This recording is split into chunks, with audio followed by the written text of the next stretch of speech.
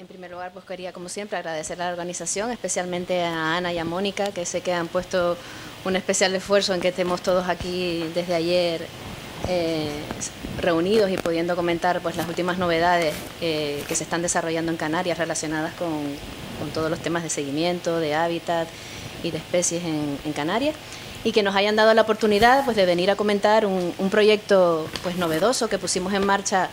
en el 2020, un proyecto experimental que desarrollamos con fondos europeos y que hemos desarrollado en la isla de Lanzarote. Seguro que todos lo conocen, pero un poco para contextualizar, el macizo de Famara pues está situado ahí en la zona noroeste de la isla de Lanzarote, alberga las cumbres más altas, en las peñas del Chache pues llegamos a alcanzar los 672 metros de altitud, y alberga pues la zona que concentra el mayor número de endemismos, tanto locales como insulares, canarios y macaronésicos, de toda la isla, tanto de flora como de fauna, lo que ha hecho que se designe esa zona, pues se incluya tanto en la Red Canaria de Espacios Naturales Protegidos como en la Red Natura 2000 europea, bajo dos figuras, tanto la de Zona Especial Conservación como la de Zona Especial para las Aves. De mar a cumbre alberga 9 hábitats de interés comunitario y además tiene, como en el caso de Jandía, que nos comentaba antes Marco, pues un microclima especial, donde las nubes tienen una incidencia diferente a como la tienen en el resto de la isla, y es el único sitio en el que ya los naturalistas del siglo XVIII dejaron por escrito la presencia de restos de ejemplares de especies pertenecientes a la laurisilva, vegetación que ahora mismo pues no podemos encontrar, salvo determinados elementos que se encuentran totalmente acantonados en la zona acantilada.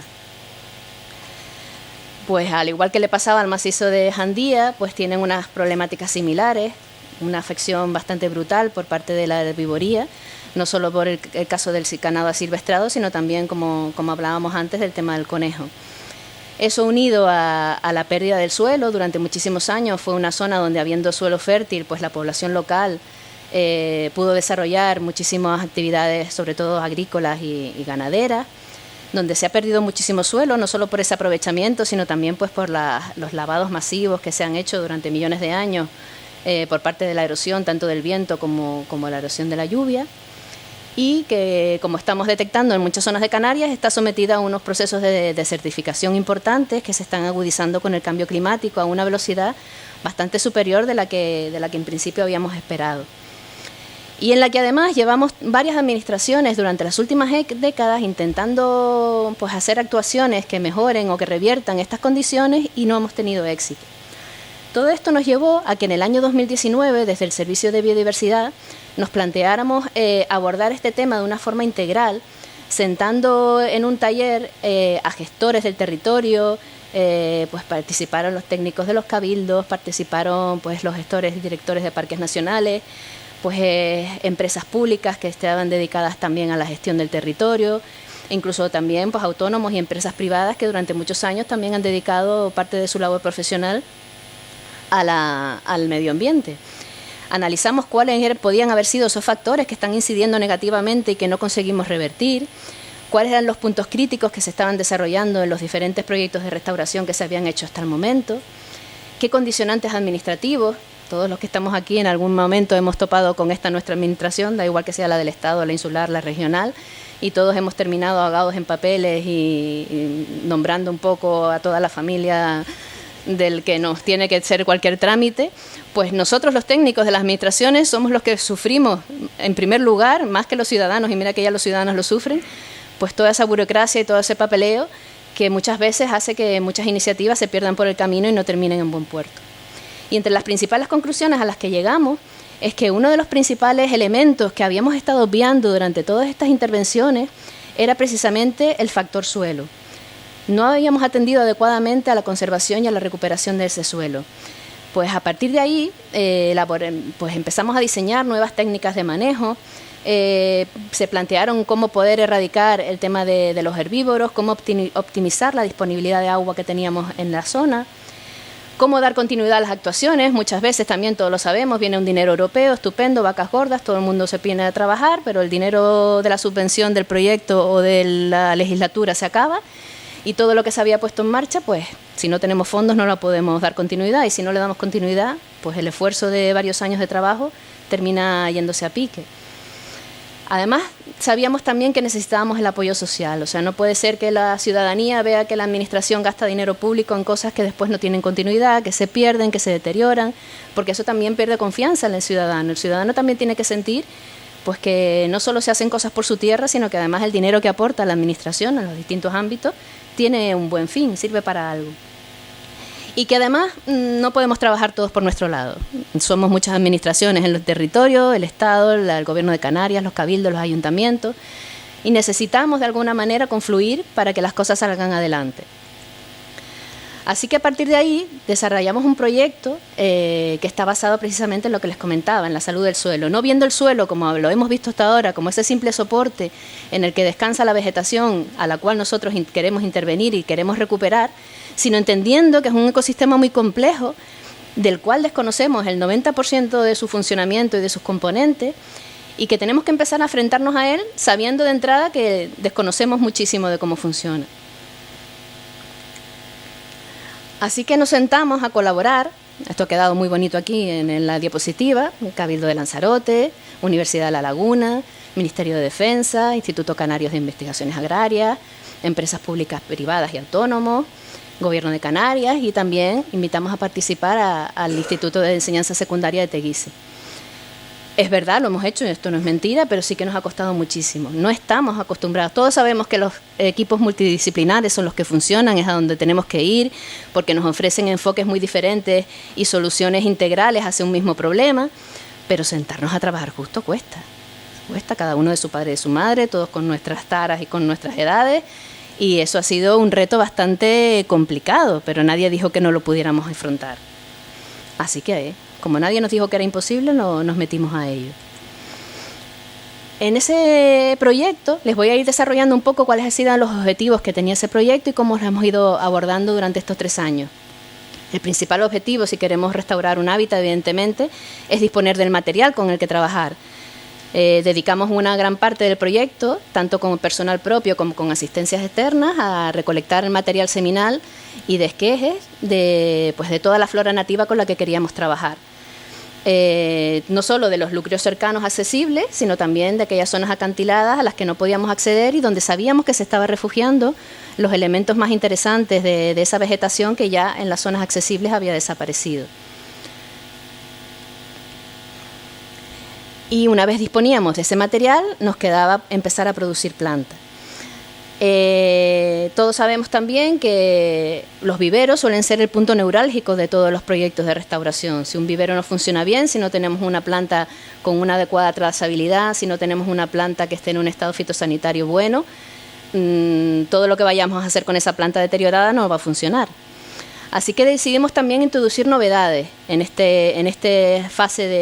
de producción de planta. Una de ellas fue el uso de materiales biodegradables, de contenedores biodegradables.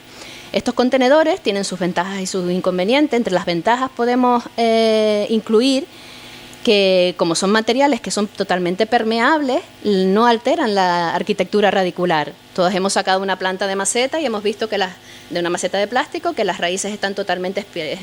espiralizadas y no tienen una estructura como la que puede tener una planta que se ha desarrollado en campo.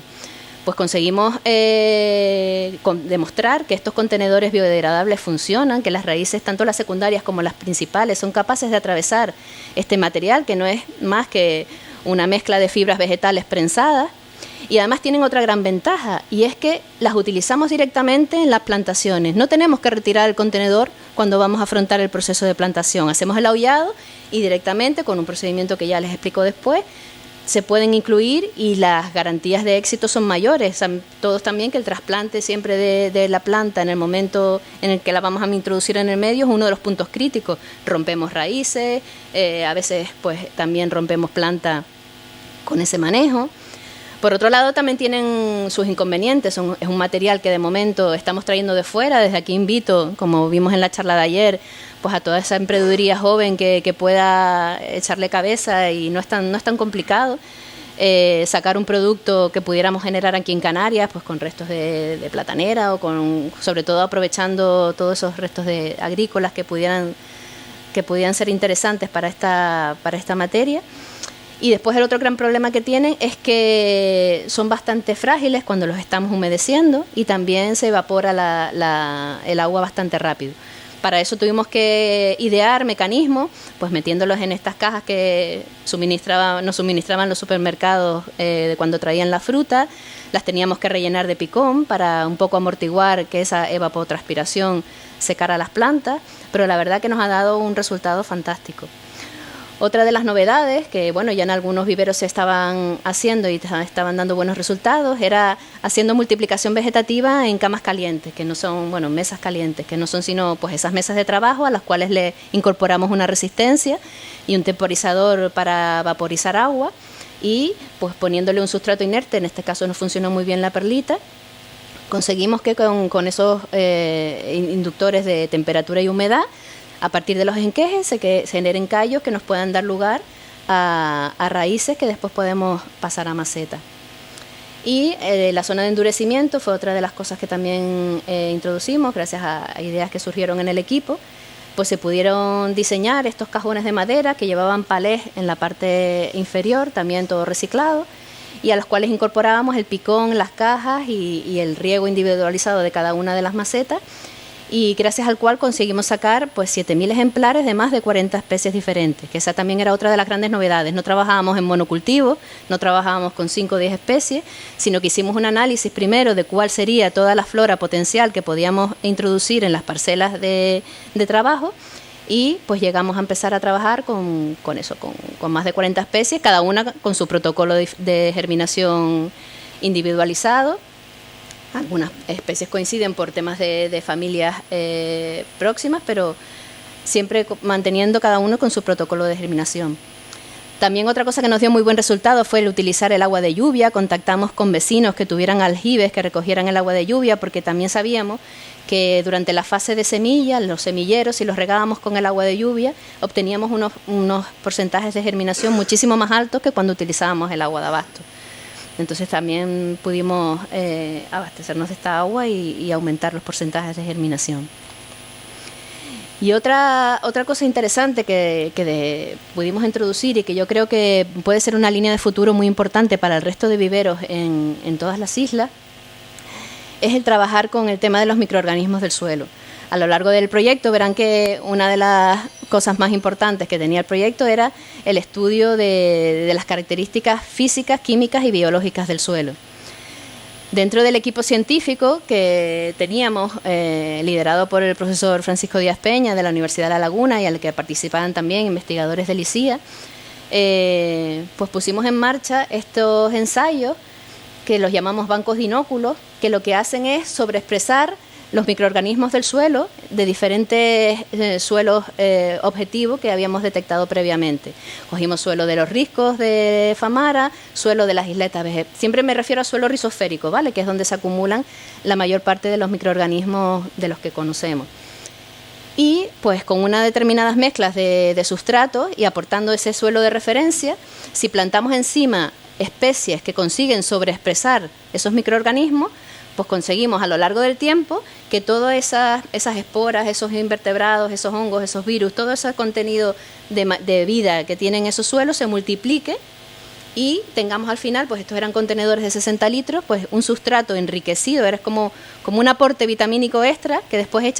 añadíamos en cucharadas a las macetas con la planta que íbamos a llegar a campo. Como en el grupo teníamos especialistas, la casualidad que teníamos una especialista en hongos micorrízicos y también teníamos una especialista en bacterias fijadoras de nitrógeno, ya sabíamos que 2 de las plantas que teníamos que poner, pues para el caso de las bacterias eran las leguminosas, para el caso de las micorrizas las gramíneas.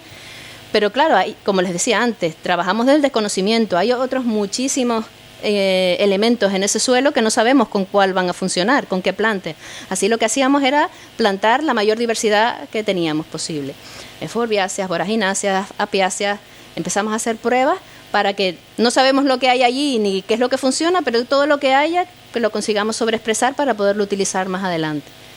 Y así lo hicimos. Otra de las medidas interesantes que también ya se hablaron, antes apuntó algo Estefan en su charla, es el establecer esos huertos de productores. Muchas veces hemos visto también a lo largo de estas charlas de ayer y de hoy que poder acceder a esos materiales sensibles, plantas amenazadas, plantas que tienen a lo mejor una distribución muy reducida, pues a veces también conlleva en que nosotros mismos, al hacer la intervención de ir a recolectar ese material, estamos interviniendo en ese medio que ya de por sí está muy erosionado. Tenemos que montar vías de escalada, tenemos que abrir sendas, abrir accesos que después también les pueden facilitar a los herbívoros pues, que puedan acceder a ellos. Entonces, si conseguimos diseñar un sistema en el cual la intervención en el medio sea mínima, siempre que garanticemos la trazabilidad y la variabilidad genética, pues, y encima no dependamos de las lluvias, muchas veces, ¿cuántas veces hemos contratado pues, escaladores, montamos todo el sistema y después de ese año pues o no llueve, no hay semillas, están parasitadas, había una sequía? Si podemos controlar, tener esa plantación en la que nosotros podamos dar un manejo, podamos dar un abono, podamos dar un riego, independientemente de que ese año sea bueno o no de lluvia, tendríamos un material seminal valiosísimo y en estado óptimo de conservación para poder aprovechar después en las labores de restauración. Y eso es lo que hemos hecho con los huertos de productores. Hemos establecido 2 huertos de productores. Uno de ellos en el Instituto de Teguise, del cual después nos va a hablar pues su principal artífice, que ha sido el profesor Tenosorio, con el cual hemos colaborado desde el minuto cero, en el cual sus alumnos de formación profesional, de los distintos módulos con los que él trabaja, a sus alumnos le hemos dado la misma formación que le hemos dado a nuestro personal a lo largo del proyecto. Los hemos enseñado a trabajar con contenedores biodegradables, han hecho bancos de inóculos, han hecho también las zonas de acondicionamiento, de endurecimiento de plantas, han ido a recolectar semillas de aquellas especies que no requerían autorización y que estuvieran en zonas accesibles, y ellos han montado un huerto en el instituto. No los quiero adelantar más porque quiero que después lo desarrolle Teno. Y lo más importante también, que nos hemos dado cuenta a lo largo de todos estos años, tenemos un déficit tremendo de profesionales en el mundo de la producción de flora nativa, de la producción de planta en todas las islas, tremendo. Tenemos muchísima gente que sabe pues de jardinería, de módulos de jardinería que salen de la formación profesional, que son unos tremendos máquinas plantando geranios, pero que nunca han trabajado con flora nativa, no saben cuáles son las características de nuestra flora, de cómo manejarla. Y esto también surgió pues eso, como una oportunidad para formar profesionales nuevos en esta materia, y de hecho 4 alumnos que terminaron el ciclo de formación profesional pudieron incorporarse como trabajadores, en este caso de la empresa pública Gesplan, con la que nosotros hicimos el encargo, pues al proyecto de restauración. Después ya Teno les va a comentar más adelante. Y después se nos planteó el dónde ubicar el segundo huerto de productores, y la verdad que lo de las Peñas del Chache sonaba muy bien. Era la zona, como les decía antes, que albergaba un clima especial, donde mayor incidencia tienen las nubes, donde se encontraban las referencias históricas de los historiadores del siglo XVIII, pero claro, la titularidad del terreno era del Ministerio de Defensa. Y allí que fuimos a tocar su puerta. Y la verdad que tuvimos una acogida tremenda, desde el minuto cero, tanto del comandante Francisco Delgado como de su sucesor en el cargo, Luis Alberto Villar, que nos acogieron de entrada, les presentamos el proyecto, les presentamos las posibilidades, el de que nos cedieran ellos un terreno dentro de sus instalaciones, manteniendo por supuesto todos los protocolos de seguridad, porque además son instalaciones de especial relevancia para la OTAN. Tuvimos que también solicitar el permiso a la OTAN. Bueno, no se puede imaginar la cantidad de permisos que hubo que solicitar, porque se me van la media hora, pero al final lo conseguimos. O sea, muchas veces los retos nos parecen imposibles porque a lo mejor nadie lo ha intentado, y a veces necesitamos dar ese pasito adelante y decir, pues ¿por qué no? El no ya lo tenemos. Que nos dicen que no, pues nada, buscamos otro sitio. Pero mira, se alinearon los planetas y nos dijeron que sí, y nos cedieron en un acuerdo histórico que hasta el momento no se había dado con ningún otro proyecto en Canarias. Nos cedieron durante 2 años, que vamos a renovar 2 años más, 2.000 metros cuadrados de sus instalaciones militares para acondicionar un huerto de productores que está distribuido en 2 parcelas. Ahí hemos plantado pues material de los riscos de Famara, de los que ustedes ven ahí, y también pues nos atrevimos a traer material de Gran Canaria, pues de esas especies que ya Berthelot nos había hablado en el siglo XVIII que se encontraban en las peñas, como eran en el caso de la falla y del brezo. Y además también hicimos pues un jardín didáctico en sus instalaciones. Al lado ellos tienen una sala histórica, que es donde celebran todos sus actos institucionales, y ahí por fuera pues acondicionamos un jardín con todas las plantas que nosotros, una representación importante de todas aquellas plantas con las que estamos trabajando en el proyecto de restauración, con sus carteles identificados y demás. Y ya que nos habían dicho que sí, pues ¿por qué no seguir intentándolo? Y les dijimos, ¿y si empezamos a traer visitas de la ciudadanía y de los escolares y que puedan ver no solo lo que estamos haciendo aquí con ustedes, sino que también ustedes tengan la posibilidad de contar cuál es la labor que ustedes están desarrollando para la sociedad? Pues sí, sabemos que los militares es una cosa donde no nos dejan entrar, pero tampoco sabemos mucho qué es lo que hacen ahí arriba. Pues les pareció una buena idea y durante todo el proyecto hemos conseguido que se abran sus puertas. O sea, había gente en Lanzarote que jamás y nunca había, bueno, el 99,9% de la población jamás y nunca había entrado a las instalaciones militares, y hemos conseguido que casi todos los centros de bachillerato y secundaria de la isla, más algunas asociaciones de vecinos, asociaciones de mayores, pues accedan a esas instalaciones y les damos nosotros la charla de todo el proceso de restauración y para qué sirven los huertos y cuál es la flora con la que estamos trabajando de los Altos de Famara, y ellos pues también dan pues sus discursos sobre la labor que están haciendo el Ejército del Aire y del Espacio en el Escuadrón de Vigilancia Aérea EB-22, que es como se llama la instalación. Y la verdad que ha sido una experiencia, tanto por un lado como por otro, muy novedosa, gratificante. Ellos están encantados, nosotros también. Y la verdad que hemos conseguido que sea pues algo diferente, porque fíjense que las instalaciones militares llevan pues más de 50 años en Canarias, donde no se permite el acceso a uno de los principales factores que alteran el hábitat, que somos nosotros, las personas, con lo cual el uso público es inexistente. Están convirtiéndose en auténticas reservas naturales, donde por supuesto no entran los herbívoros porque no se les permite pasar a través del perímetro de seguridad de la instalación. Ni conejos ni cabras pueden entrar, ni humanos tampoco, con lo cual esta puede ser la vía para que muchas zonas militares que tenemos en Canarias, pues poder empezar a hablar con ellos, a diseñar proyectos y en los que pues esos recintos cerrados donde se albergan muchas veces grandes cantidades de terreno con vegetación original de las islas, pues podamos empezar a trabajar con ellos. Además, en estos huertos a ver si me deja con el ratón. Estos huertos, para levantar aquí estos huertos, hubo que hacer un acondicionamiento de terreno, hubo que añadir materia orgánica, hubo también que añadir coberturas para poder evitar la transpiración. Y en vez de hacer un muro de contención al uso, pues aquí, gracias también a la intervención de Rafa Paredes y de su empresa, conseguimos que esto, que es el muro que lo contiene, se convirtiera en una rocalla que nos sirviera también de huerto de productores. Aquí también plantamos, en vez de tener un muro literal de piedra, pues hicimos rocallas en las que en sus isletas también se pudiera albergar vegetación con la que estamos trabajando. Todas estas especies están plantadas y las tenemos georreferenciadas con un mapa, con un croquis, con lo cual también nos sirven para ir a recolectar y sabemos la procedencia de cada una. Esta viene del barranco del Elvira Sánchez, esta viene de Las Nieves, cada una referenciada, y nos sirve también para poder recolectar material todos los años como huerto de productor, no solo el huerto de arriba, sino también la rocalla. Otra de las cosas, como ya les adelanté antes, pues era potenciar ese enriquecimiento de la microbiota del suelo. Como les comenté que teníamos también especialistas en micorrizas y en bacterias fijadoras de nitrógeno, pues se pusieron en marcha procesos de inoculación sobreexpresando micorrizas y sobreexpresando bacterias en parte del material vegetal que vamos a añadir en las parcelas experimentales que les cuento después. Y también se abordó un estudio de los suelos objetivos, gracias también al equipo del profesor Díaz Peña, con el que tuvimos la oportunidad de escuchar ayer. Ellos hicieron primero una zonificación de todos los suelos del macizo de Famara para después caracterizarlo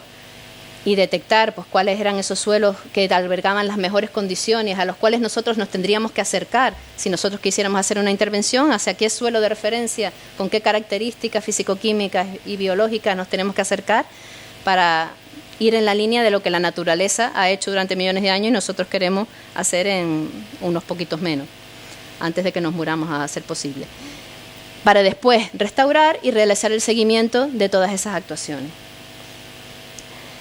También les tengo que decir que de esta parte de investigación se están haciendo 2 tesis doctorales, una de ellas la dirige el profesor Díaz Peña, otra la está dirigiendo Mary Jaime. Y cualquier duda que quieran sobre el tema de los suelos, yo prefiero que se lo pregunten a él, que es el que ha desarrollado con su equipo toda la investigación. Aquí pueden ver pues algunas de los parámetros que ellos han estado analizando durante estos 3 años para poder caracterizar todos los suelos. Como ven, pues son análisis bastante exhaustivos, tanto de las condiciones físicas como químicas y biológicas.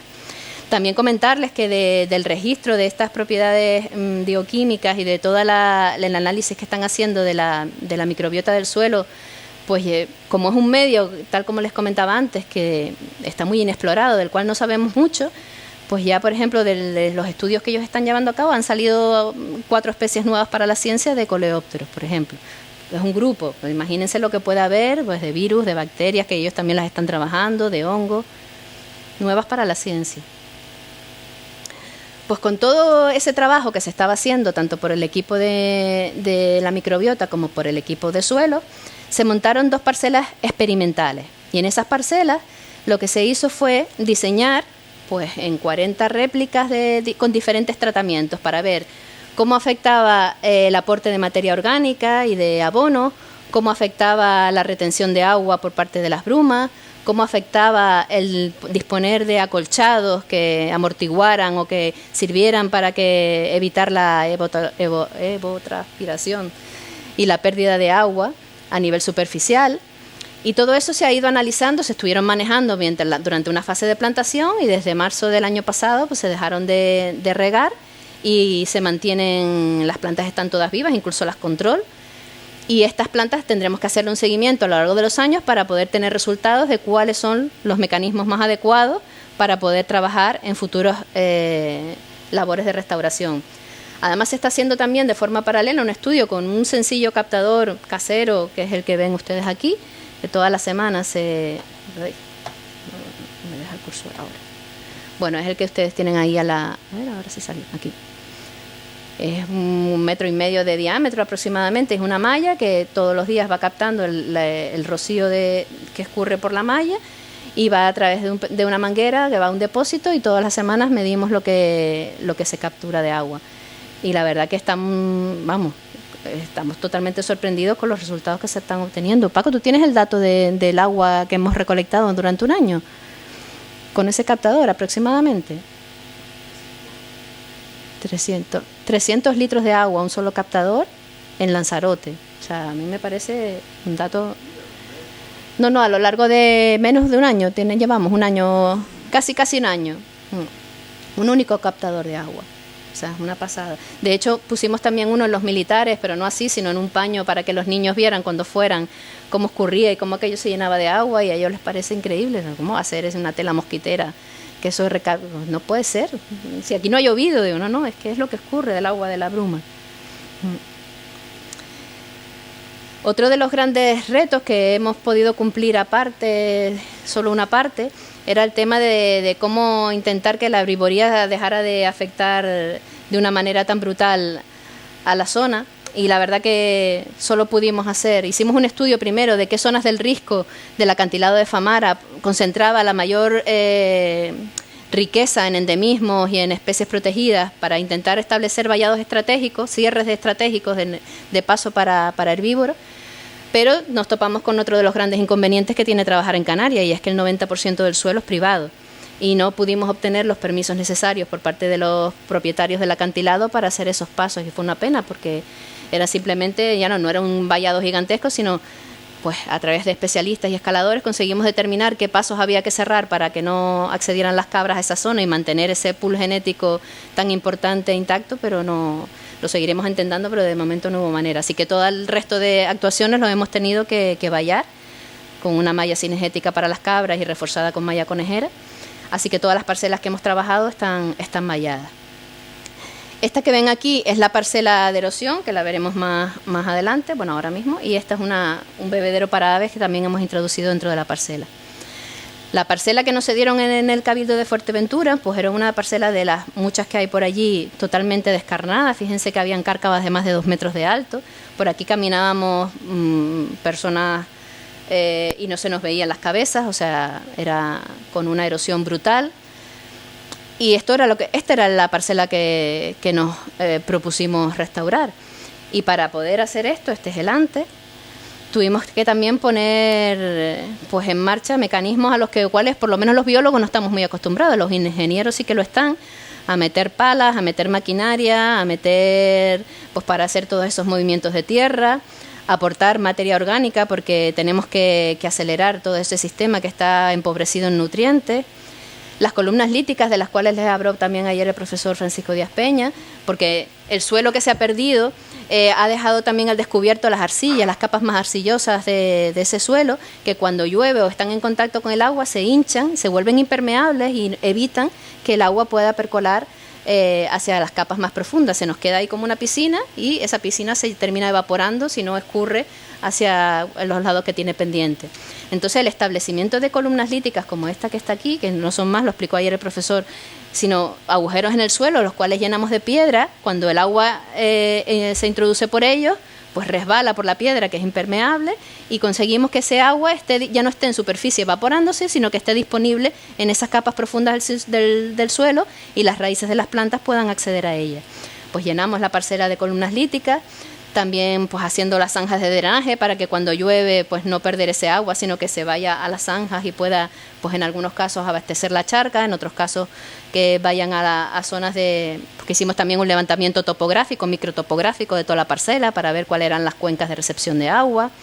Aportamos piedra, muchísima piedra, que nos decían que si estábamos locos en Gesplan cuando hacíamos los pedidos, pero ¿dónde van a meter tantas toneladas de piedra? Pues también hemos demostrado con estudios que han hecho los compañeros que pues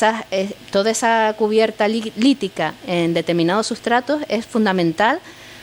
no solo para abastecer de agua al sistema, porque debajo de las piedras se retiene humedad y no se evapora tanto por la acción del sol, sino también sirven de refugio para invertebrados, para muchísimas de las especies que viven arriba. Y me voy dando prisa corriendo.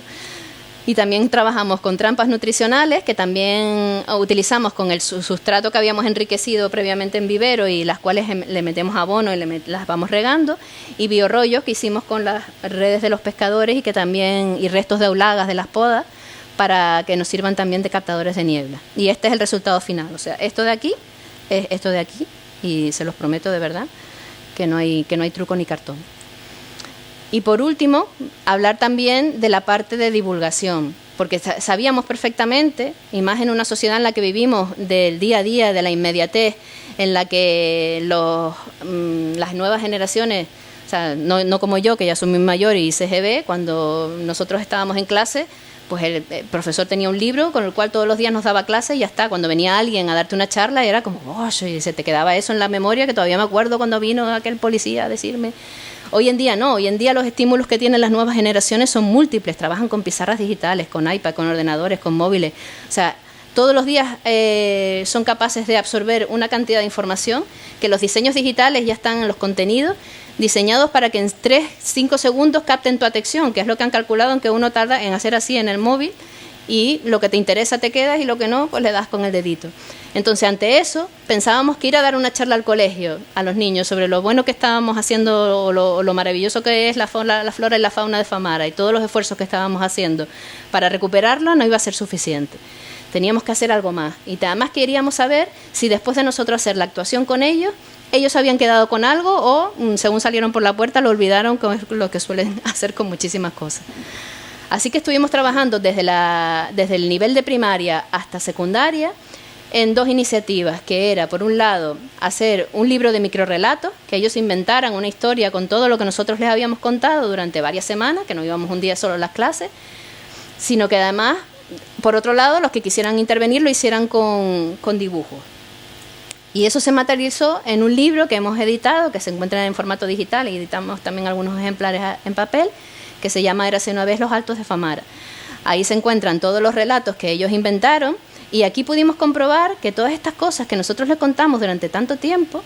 pues no se quedó en aquella señora pesada que me vino a hablar de unas cosas raras, sino fíjense aquí, ellos ya se quedaron con la idea de que en el suelo vive gente, que no sabemos quiénes son, que son aquí unos seres extraños, extraterrestres, pero que ahí están haciendo su función y de las cuales, fíjate tú, que se alimentan las raíces de las plantas, de que a veces hay que jugarse la vida y descolgarse para poder llegar a las zonas inaccesibles, que también... Ay, que no funciona el ratón.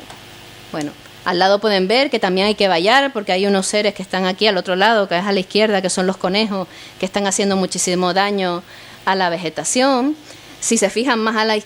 la izquierda todavía, ven una columna lítica, que a mí esto me dejó totalmente sorprendido. O sea, ellos se quedaron con la idea de que hay que hacer agujeros en el suelo y llenarlos de piedra para que llegue el agua a las capas más profundas del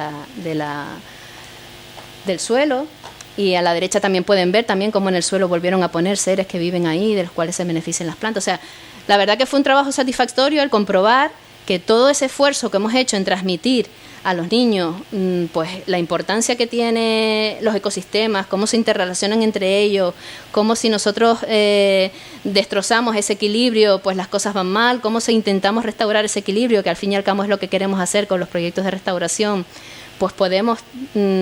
sacar adelante proyectos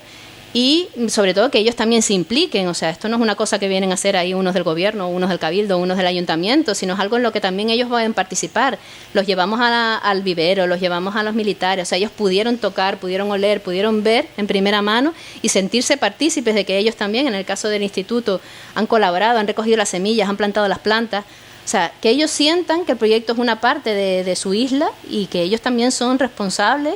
de que esto termine en un buen puerto y no se acabe cuando estos señores se vayan y dejen de actuar. Así que nada, muchas gracias.